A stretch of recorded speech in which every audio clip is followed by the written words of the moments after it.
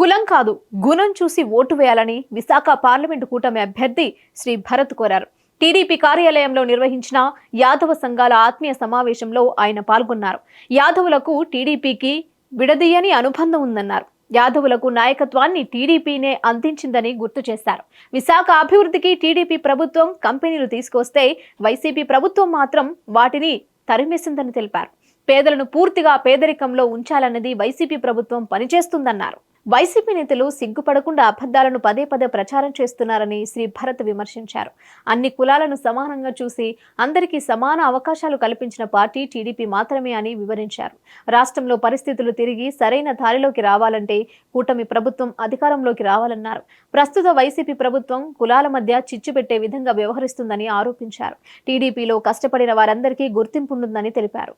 నా వయసు 18 అయ్యేదాకా నా కులం ఏంటో నాకు తెలియదు, సాటి మిత్రుల కులం ఏంటో నాకు తెలియదు.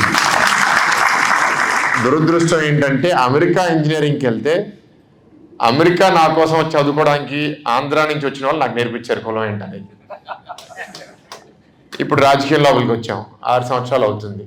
6 సంవత్సరాలు వచ్చిన తర్వాత కూడా నాకు కులం తెలియదు అంటే నాకు ఎవడు ఓటేయడు. సో ఇప్పుడు తెలుసు, కానీ దానికి నేను బానిసను కాదు.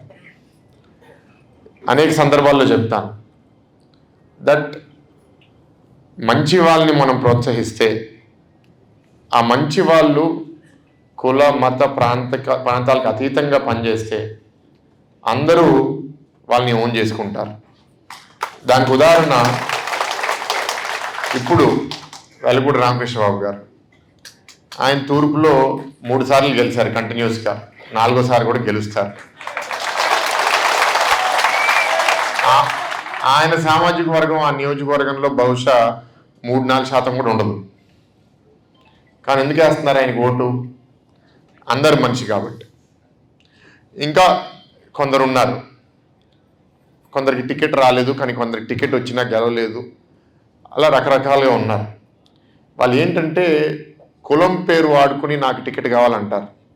వాళ్ళు మంచి వాళ్ళు కానప్పుడు వాళ్ళకి ఏదో అదృష్టం వల్ల పదవి వచ్చినా వాళ్ళు వాళ్ళ కుటుంబం తప్ప వాళ్ళ కులానికి ఏం పనికిరారు. అలా చాలామందిని చూశాను నేను. కానీ ప్రతి కులంలో వాళ్ళ వృత్తి వాళ్ళ ఆచారాలు మారుతూ ఉంటాయి కాబట్టి కుదిరినంత వరకు వాళ్ళ సంఖ్య బట్టి వాళ్ళ బలం బట్టి అందరికీ మనం ఎప్పుడైతే రాజకీయ అవకాశాలు ఇస్తామో వాళ్ళ ఆలోచనలు కూడా కలిసి ఇంకా సరైన పరిపాలన ఏ నాయకుడన్నా ఇవ్వగలుగుతాడు. అందుకే అందరినీ కలుపుకునే ఆలోచన చంద్రబాబు నాయుడు గారికి ఉంది. ఒక విధంగానే ఆలోచిస్తే, ఫర్ ఎగ్జాంపుల్ నా ఇంట్లో పూజ ఒకలాగా చేస్తాం, మీ ఇంట్లో పూజ ఇంకోలాగా చేస్తారు, మీ ఇంట్లో ఆలోచన ఒకలాగా ఉంటుంది. అవన్నీ మనం కలుపుకుంటే ఇంకా సమాజంలో అందరికీ మనం న్యాయం చేయగలుగుతాం అనే ఉద్దేశం ఒక రాజకీయ పార్టీకి ఉండాలి. ఆ ఉద్దేశంతోనే ఇవాళ తెలుగుదేశం పార్టీ పనిచేస్తుంది. కానీ దాన్ని కొందరు దుర్వినియోగం చేసుకుంటున్నారు వాళ్ళ స్వార్థ ప్రయోజనాల కోసం. నాది కాస్టు, నాకు ఇది ఇవ్వండి. కాస్ట్ కాదు, కాస్ట్ ఏంటి అనేది ఎలాగో పార్టీ క్యాలిక్యులేట్ చేసుకుంటుంది. మీ సమర్థవంతం ఏంటి, మీ ఆలోచన ఏంటి అది చెప్పండి. మీ కాస్ట్ ఏంటో ఆల్రెడీ పార్టీకి తెలుసు కదా, అక్కడ ఎంత సంఖ్య ఉంది, ఎట్లా బ్యాలెన్స్ చేయాలి.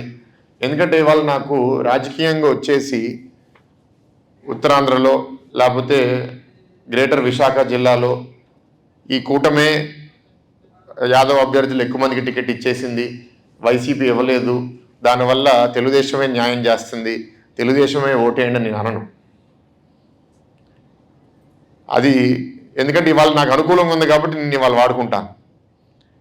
రేపు ఏదో రోజు ఒకవేళ ఈ 2 ఒకటైంది అనుకోండి, అన్యాయం జరిగింది అంటారు మళ్ళీ నాకు.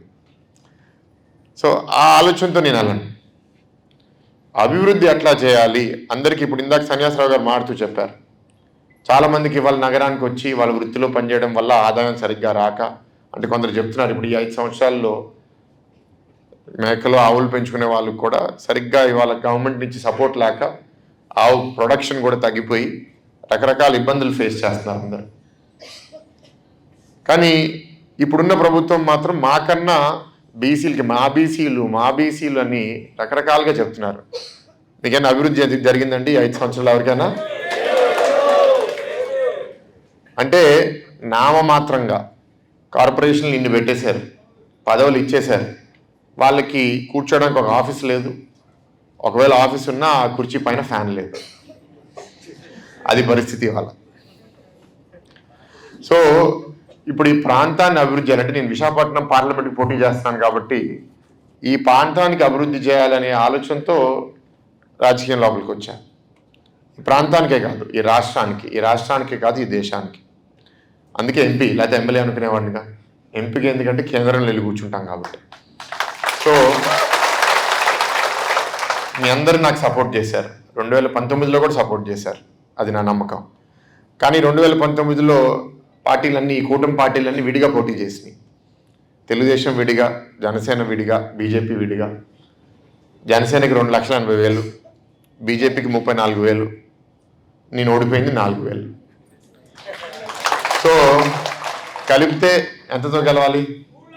3 లక్షలు. అదంతా మనం కృషి చేస్తేనే, కృషి చేయకపోతే ఫలితం రాదు. అని ఇక్కడ అన్నగారు ఉన్నారు, ఇద్దరు, శ్రీకృష్ణుడు అన్నగారు పక్కన ఉన్నారంటే ఇద్దరిలో ఒకటే కదా మన రూపం చూసేది. ఆయన వచ్చినప్పటి నుంచి చాలామందికి దేవుడు ఎట్లా అంటారో తెలియని వాళ్ళకి అన్నగారిని చూసి ఆయనే కృష్ణుడు అని చాలామంది ఎన్నో సంవత్సరాలు. అంటే యాదవులకి తెలుగుదేశం పార్టీకి అది ఆ అనుబంధం ఎప్పటి నుంచో ఉంది.